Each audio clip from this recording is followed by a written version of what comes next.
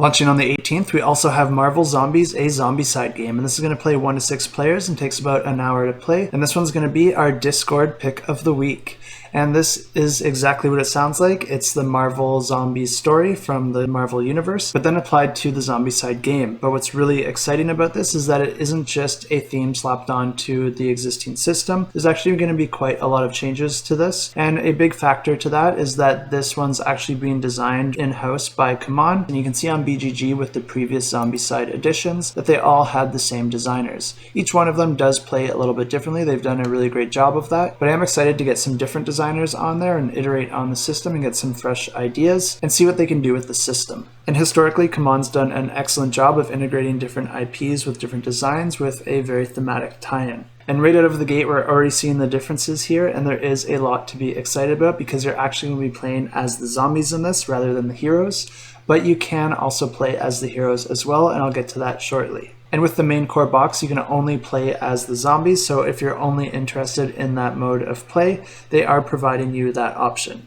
And the Command team is trying to stay as true to the Marvel storyline as possible, so there's going to be a lot of little Easter eggs, and if you're familiar with that story, you'll see that a lot of elements from the story will transfer over to this game accurately. Of course, it's not going to be 100% accurate. To make a game well designed and as fun as possible, there's going to have to be some compromises with certain areas, but from what I've seen so far, it looks like they've done a really good job of balancing the two. And since you're playing as the zombified version of these Marvel heroes, you're going to be fighting back against anyone that isn't a zombie yet. The main threat is going to be the Agents of S.H.I.E.L.D., and they're going to be taking place of the different runners and walkers from the previous Zombicide games. And then any of the superheroes that haven't been turned into a zombie yet are not playable, but instead they're going to be acting as the abominations in the game. So they're going to be the big threats that are swinging in to try and take you out. Of course, you wouldn't be a very good zombie if you didn't also have that insatiable need for flesh and brains, and you will be able to fulfill those needs in this game, and the way that you do that is by attacking different bystanders. Different bystanders are going to show up throughout the game,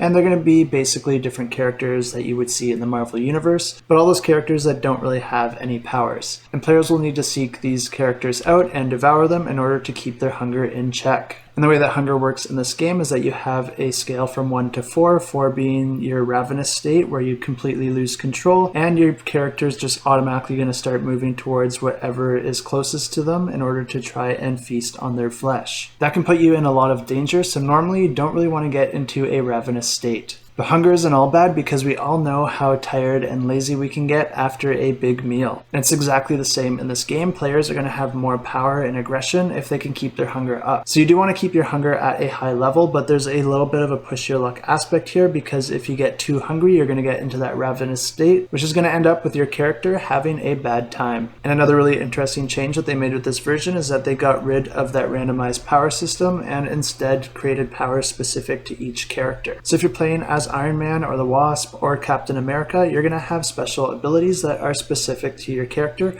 and thematic to the powers that they have in the Marvel Universe. And at first glance, this might sound like a little bit of a step back because you do have less flexibility with upgrading your character than you did in the previous Zombicides, because in the previous ones, as you leveled up, you'd actually have a couple options of do you want to level up this way or do you want this power instead. With this one, you're a little bit more stuck with the character that you have, and I think that's an awesome change. I know with previous Zombicides, I didn't really care which characters I used because there was that flexibility and they all kind of had just a randomized version of a subset of powers, so they didn't really feel that much different from each other. But I think the variability in this Marvel Zombicide is more focused on the different characters, so if you want to have a different upgrade experience, you can just play a different character the next time you play the game.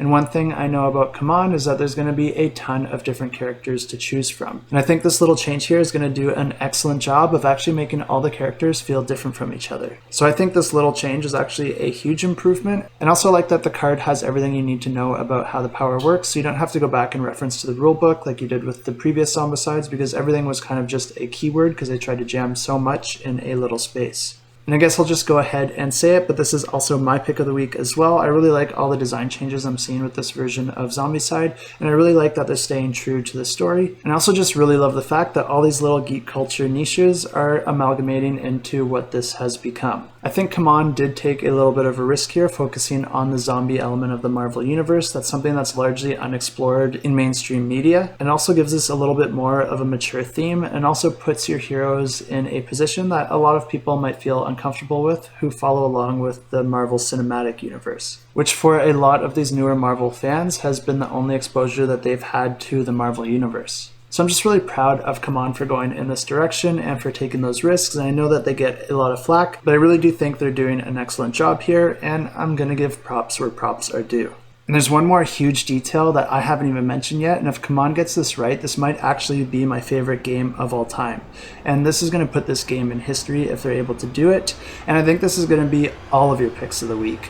And that big detail is that, wrong tab, is that Ash from Army of Darkness is actually canon to the Marvel Zombies story. So if CMON's trying to be as true to the Marvel story as possible, we might actually be able to pull out that chainsaw and boomstick. I'm serious, I really want this. And yada yada, there will be a giant Galactus miniature as well, and it's going to have an interchangeable head and arm to turn it from zombie and non-zombie form. And one question that I think a lot of you are going to have is, will there be both zombie and non-zombie versions of each of the Marvel superheroes? And the answer is no, with the exception of Galactus and Silver Surfer. For whatever story elements that they have associated with that expansion, those are going to be coming in both non-zombie and zombie versions. I don't want to spoil anything, but some aspects of that aren't exactly canon to the story, so CMON is making some executive decisions here. Of course, this is CMON, so there will be all sorts of stretch goals and add-ons added throughout the campaign, so I won't be surprised if they do end up adding both zombie and non-zombie versions of each character, but at least in the core box, that is not going to be offered. You also might be wondering, what about all the weapons and items that I picked up in my previous Zombicide games? Is Captain America going to go ahead and pick up a Molotov cocktail, or is the Hulk going to pick up a machine gun? Well, that one actually would make sense. But the answer is no, they've completely got rid of those items. They don't really tie in thematically and it wouldn't really make sense. So they've done something a little bit different, and what they did instead is that you can get these different zombie traits. And it does work almost the same way. You're going to be spending an action to get these traits, and you can hold only 2, but you can swap them out throughout the game if you want to change it for something else that maybe is a little bit more strategic depending on the situation that you're in. So now you should have a pretty good idea of some of the changes that were made in this version of Zombicide and how it differs from some of the previous editions, and also why a lot of those changes were made. But now you're probably wondering, how do you play as the non-zombie superheroes fighting against the zombies like you would in a typical Zombicide game?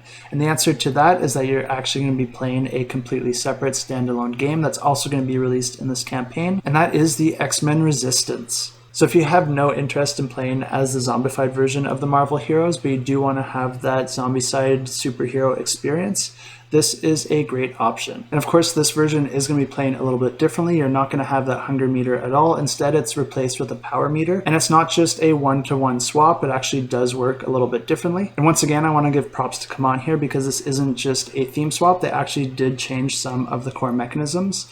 And while the hunger system was a little bit more focused on push your luck, this one's going to be a little bit more like resource management. Your power meter is still going to be a 1-to-4, just like the hunger meter, but your power is going to be recovering over time, but you can also use actions to try and power up as well. And then you're going to be able to spend those power points in order to activate special abilities of your character, which are going to be more epic and awesome the higher power level that you are. And another cool thing is that bystanders still do play a part in this game, but instead you're going to be trying to rescue them. And if you're unable to do that, the whole team is going to get some negative consequences with that. You are superheroes, so it's really not great for morale to see a citizen get eaten alive. And a really cool thematic way that they integrated the bystanders into the game is that when you draw that card to see which zombies are going to spawn in which locations, some of those locations might spawn zombies that are already chasing a bystander and have ran into the area that you occupy. And that's a really fun way to integrate the theme. And even though this X-Men Resistance is a standalone game, you can use it as an expansion to the Marvel Zombies version of it, and you also can use Marvel Zombies as an expansion to the X-Men Resistance. And what I mean by that is that you can use the superheroes from this version as abominations in the other version, and vice versa. So really great work here from CMON. I'm really impressed, and this really did exceed the expectations that I had for yet another Zombicide game. I think it's really awesome that they're making the minis multi-purpose so that you can share them across the game. I wish that was something that more companies would do. I really like to see multi-purpose miniatures, because inherently that means that there's less miniatures overall than if you decided to make everything individual.